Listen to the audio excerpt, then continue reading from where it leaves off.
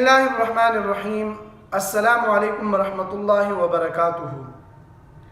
قرض اتنا بڑا حق ہے کہ جب تک میت کا قرض ادا نہیں کیا جاتا تو تب تک حضور پاک صلی اللہ علیہ وسلم اس میت کے اوپر جنازہ نہیں پڑھاتے تھے۔ حضرت جابر رضی اللہ تعالیٰ عنہ سے روایت ہے، وہ فرماتے ہیں کہ ایک شخص کا انتقال ہوا، ہم نے اسے غسل دیا، تکفین کی، عنوت لگایا اور پھر حضور صلی اللہ علیہ وسلم کے پاس لایا۔ حضور صلی اللہ علیہ وسلم نے جنازہ پڑھانے کے لیے جب آگے 2 قدم اٹھائے تو پوچھا کہ اس کے اوپر قرض ہے؟ انہوں نے کہا کہ ہاں۔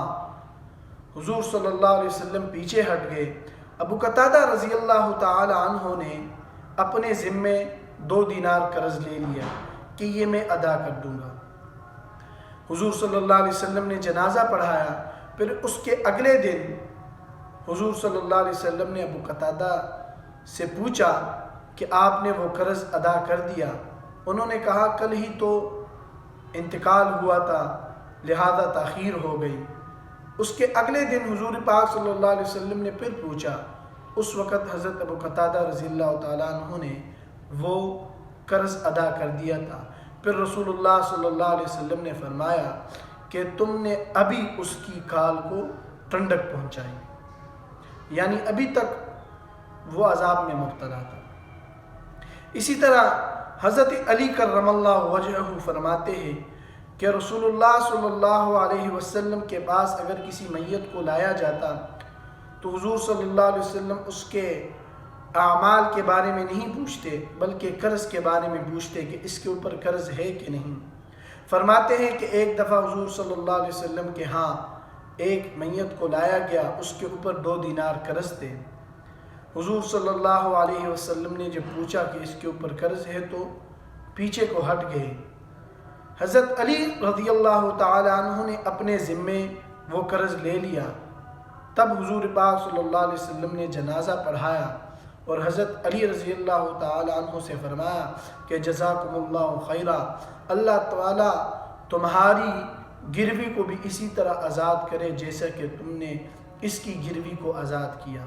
مطلب یہ کہ اگر میت فوت ہوتا ہے تو وہ اس قرض کے ساتھ گروی ہو جاتا ہے یہاں تک کہ وہ ادا کر دیا جائے۔